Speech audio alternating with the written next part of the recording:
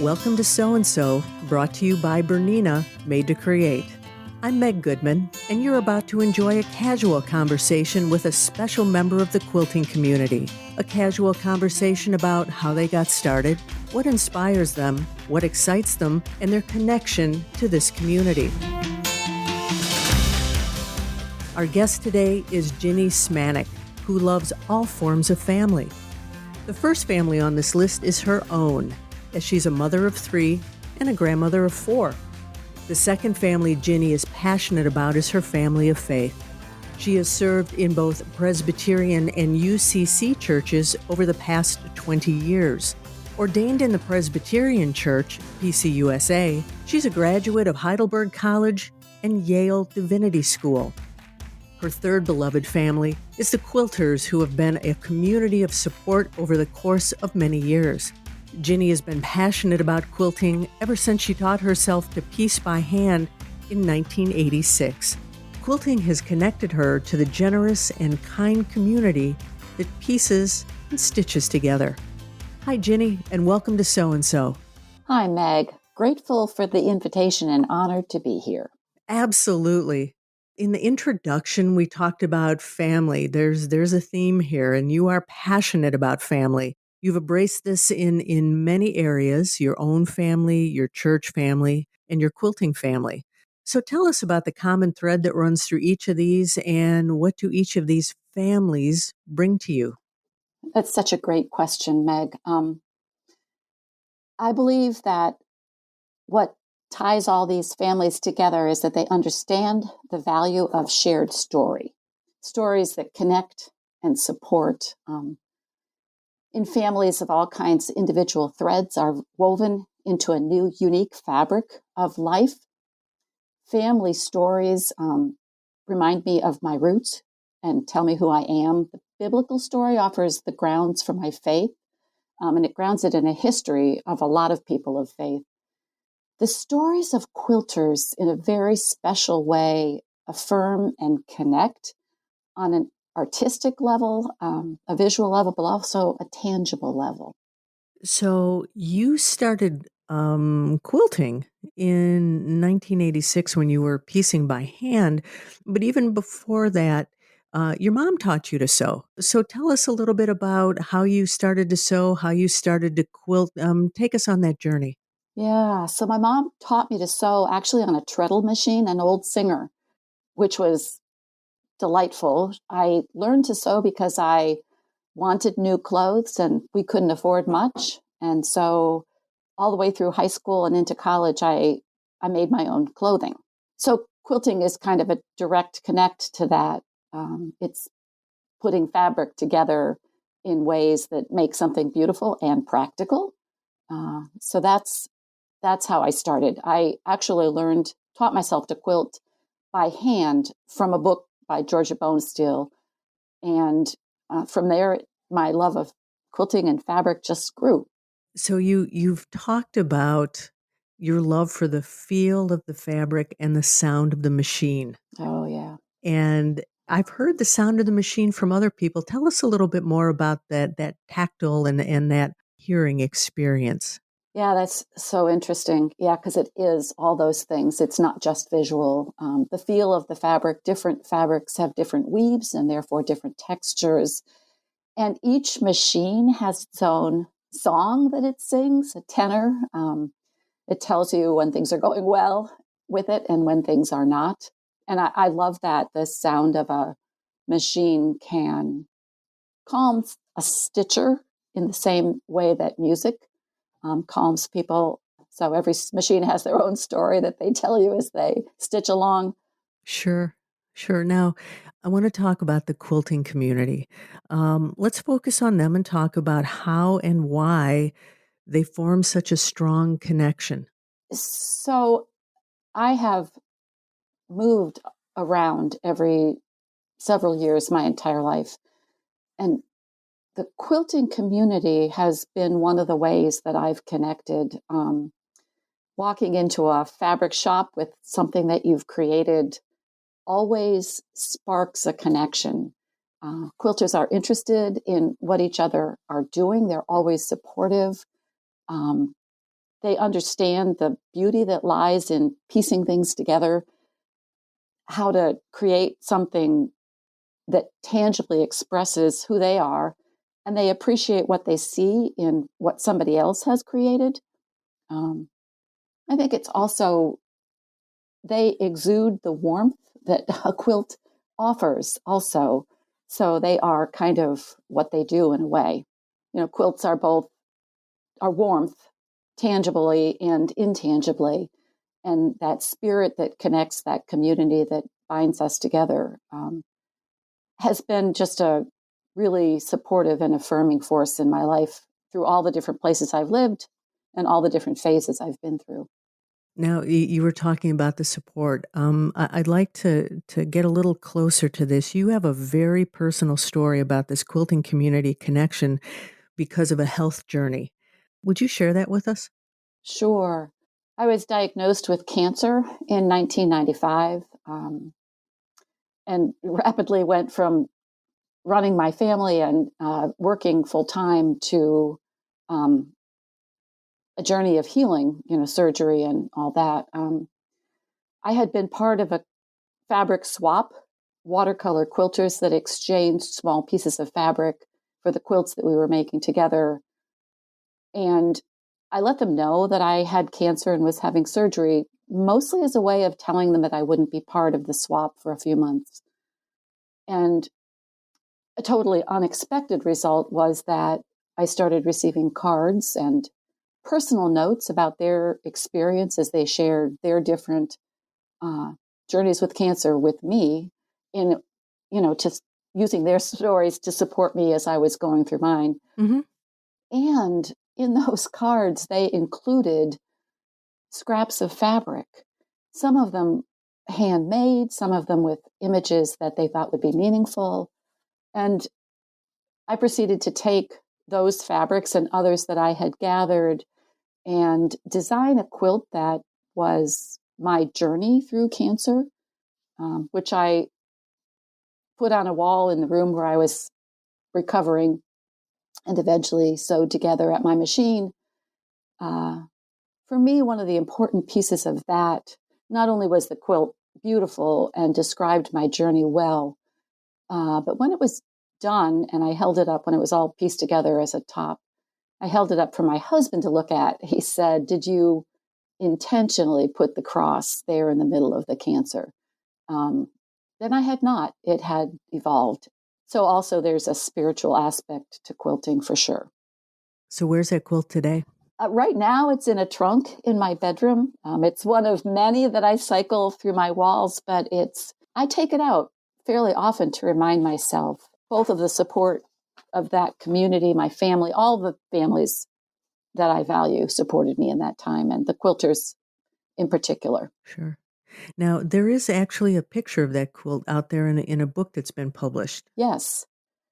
Sacred Threads is the name of the book by Susan Towner-Larson and Barbara Brewer Davis. So that's something our listeners can look up if they would like to see your creation from those scraps and the cross that just became a part of this. Yeah.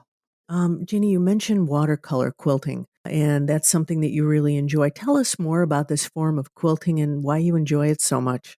Yeah. So that's the artistic piece of me. I had made my first trip out west, and when I came home, I wanted to put together a quilt that pictured what I felt about the amazing mountains and sky out west.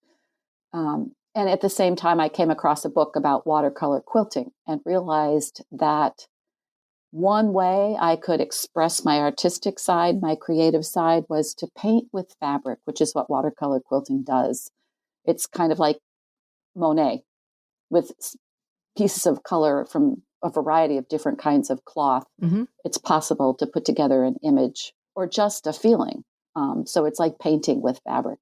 So is this the type of quilting you continue to do, or are there other forms that you practice now? I actually do a lot of other kinds of quilting now. I've made so many watercolor quilts, decided that I should move into some different kinds of quilting, and actually have gone back in history, back to the Revolutionary War era. So I like to piece quilts from reproduction fabrics now. Lots of tiny quilts from tiny pieces, and colonial era kind of things too. I love all kinds of quilting. My sisters both are quilters and have encouraged me to enjoy different kinds of fabrics. So every once in a while I stop and make something really colorful and modern. So how do you research the quilts from the Revolutionary period? Actually, I've connected with a group of women, another group of quilters, who understand that. One of them is a curator in the New England Museum of Quilting up in Massachusetts. And she and her friends, when I was able to meet with them in person, would share stories and pictures, quilts made by women from history and the stories of the women and the quilts and their connection to community. Many of the quilts were either pieced by many different women or quilted together by many different women. So there's something beautiful about taking the scraps that we have and putting them together with scraps from other people's collections and creating something beautiful and useful. You know, it's interesting. In many of our episodes, our guests have talked about telling stories of history or connecting with the past through this. And this seems to be a very common theme that runs between quilters. I liked what you said earlier, Ginny, about telling stories with the fabrics as well. Now, we're still in COVID times, and many new people have come to this hobby of either being sewists or being quilters. But there are many people that are very isolated out there still. How can they tap into the fellowship of these larger communities that you've tapped into? That's a great question. And it's something actually I think about a lot because of all the communities that I'm part of, have been pulled apart, separated because of COVID. I think looking back and remembering our history is a way also to look forward, remembering that pioneer women on the plains were separated and they took flour sacks and bits of old clothing and made quilts to keep them warm. This time of COVID is a time of slowing down and learning from each other. Those who are comfortable can connect in online communities. There are lots of ways. I've Zoom sewed with friends of mine, joined each other on a Zoom chat, and each of us with our sewing machine in front of us, kind of together and apart. I also think, and if you're a new sewer, this would be a little hard, but I suspect that calling a local quilt shop and asking is a way to connect with other quilters.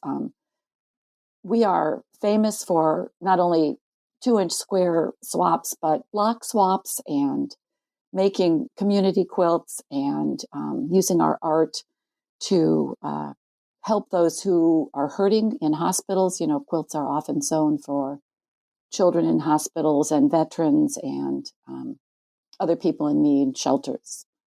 So I think in this time when we're feeling the separation, to reach out both for our own needs, but also to look at the needs of others. And when we meet those needs, we find that we are also helped. And sewing, making tangible items that offer warmth and connection is really, really a helpful way to go. You mentioned the term block swaps. Would you explain what that is for new quilters? Sure. So most quilts are made up of multiple numbers of a one block. So, for instance, a 9-patch, which is 9 pieces of fabric sewn together into a square.